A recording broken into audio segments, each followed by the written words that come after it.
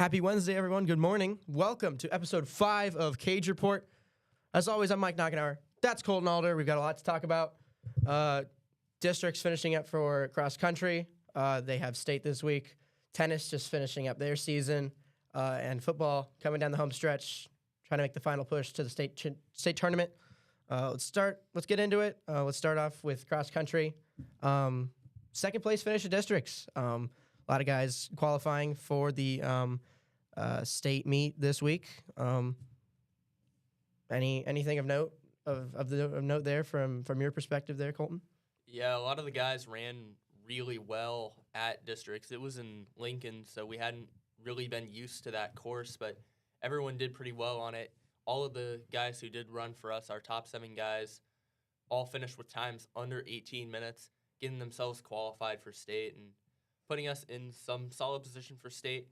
Ignatius Vogel, Highland Cowett, and Aaron Robles were our placements as they each got top 15. Robles got 15th, Cowett got 12th, and Vogel got 7th. So it was a really successful race for us and puts us in a good position for state upcoming here on Friday. Yeah, team heading to Kearney on Friday for the state tournament meet. Kearney, that's a difficult course. That's probably one of the hardest in the state, if not the hardest course in the state. Is that by design? Is that is the state tournament, is the state meet placed there because of that, or do you think that it just happens to be that way? Obviously, with it being the state tournament, you want the best of the best to come out on top, especially in the face of adversity.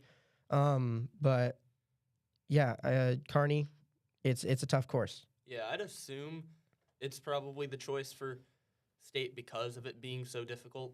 You really want to get the best of the best. You don't want anyone getting a fluke time in the biggest meet of the year. So making it a harder course and really making the top guys stand out is probably the reason why it ends up in Kearney.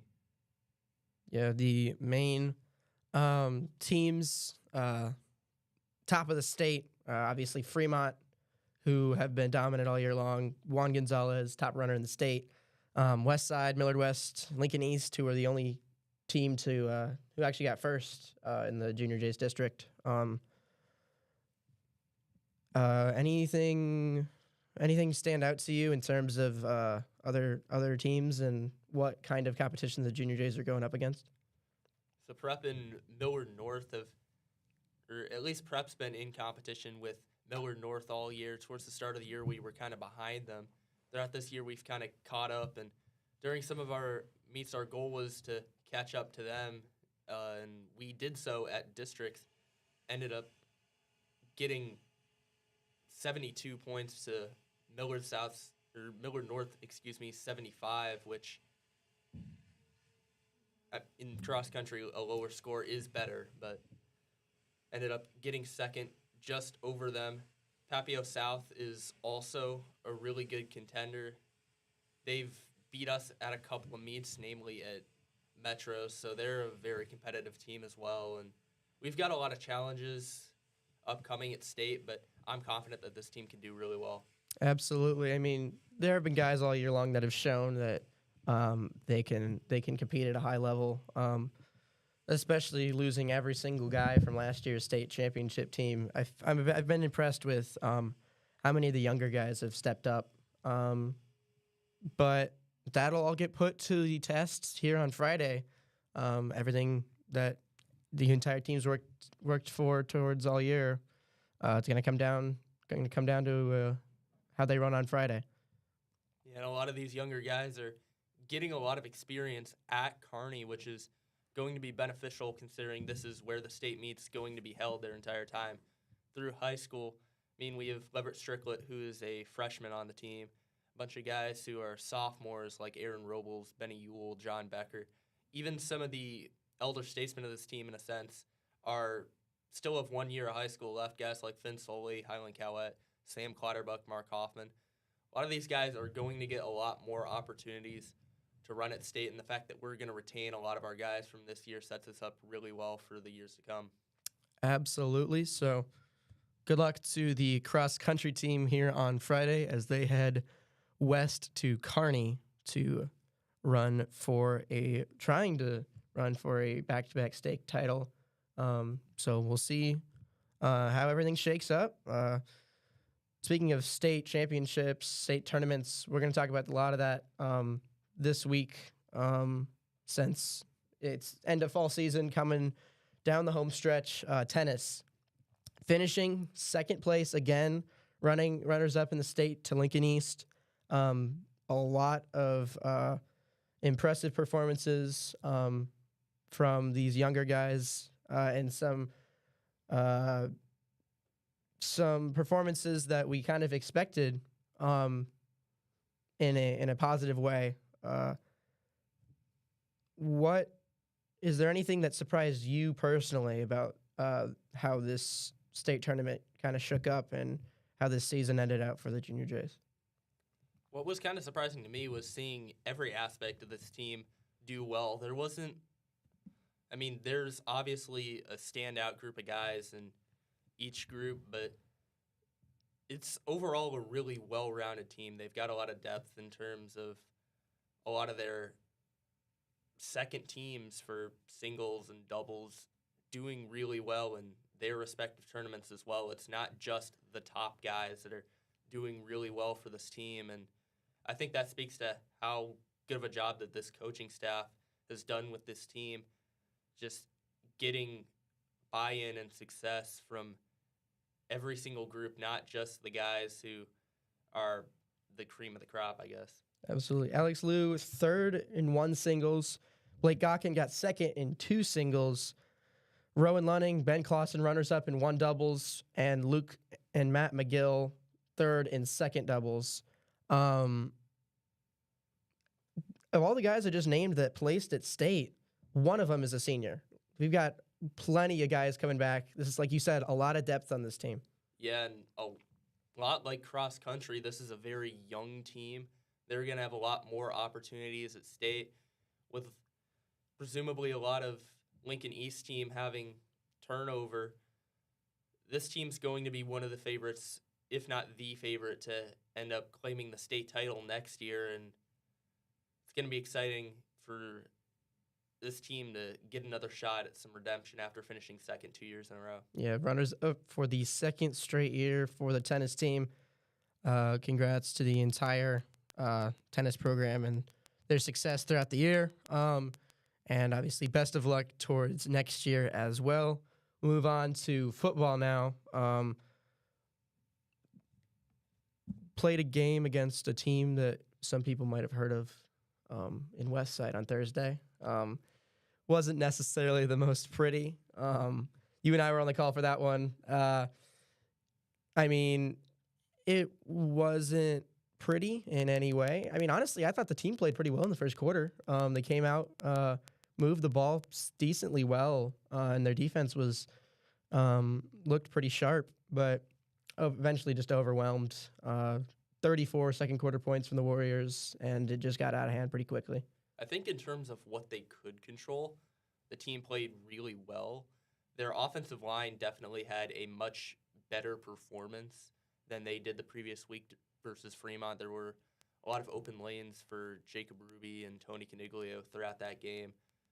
Their run defense and their quarterback play was still kind of iffy, but at the same time, against a team like Westside, there's not a ton you can do. So I think there are a lot of positives that you can take away from a game like this. The team, even when they were down a bit, they were still giving effort. Their 7 points came towards the end of the game on a hustle play off of a botched punt and then a QB sneak that looked like it was going to get stopped initially, but Jack Lammers eventually pushing his way in with some help from his backfield. So I think there's a lot of things that you can build upon from this game.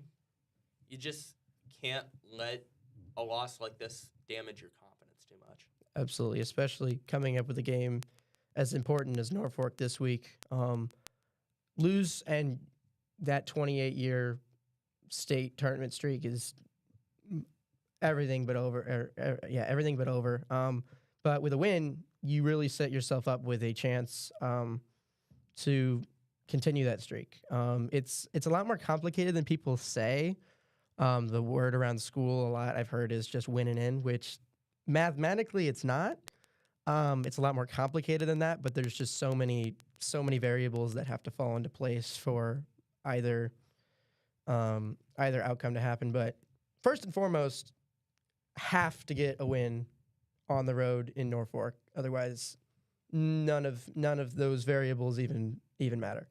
Yeah, and as a football team, you have to limit those outside distractions. You can't worry about what other teams are doing or how they're performing. You just need to focus on yourself. You can't get yourself too down about the 4-game losing streak because, I mean, if you end up winning this game, that streak's done. You have a chance, but if it continues, you're done. You don't have any shot after that. Yeah, I mean, it's a pretty evenly matched game, and at least in terms of record.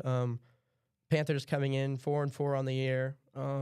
Junior Jays, as you said, started the year 3-1, and then dropped all 4 district games to fall to 3-5. So most likely looking like it'll be back-to-back losing seasons, but that doesn't mean that the season's over. I mean, this is the most important game for both Norfolk and the Junior Jays up until this point. We've been saying all year, I mean, there's been important games, but in terms of like your season continuing, this is it. Yeah, it's basically a win and in for Norfolk. For Prep, I mean, as we mentioned, it's definitely a lot more complicated, but as you mentioned, 2 really evenly matched teams. On Norfolk's side, they don't have a singular guy who's going to be that elite playmaker, but they have a bunch of guys who can make plays and end up helping them move the ball down the field. Something that might be concerning for them is they had a combined negative 13 rushing yards versus Papio South and Elkhorn South in their games against them this year, a combined 13 points in those 2 games for them, and also 15 total turnovers on the year. If the Junior Jays can force Norfolk to be a little bit careless with the football and limit their run game, I think their defense puts them in a really good position to win this game.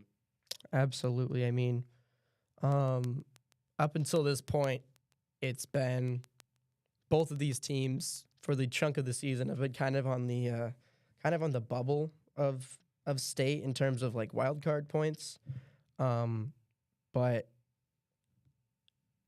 it like we've mentioned that this it doesn't matter. Like none of that matters.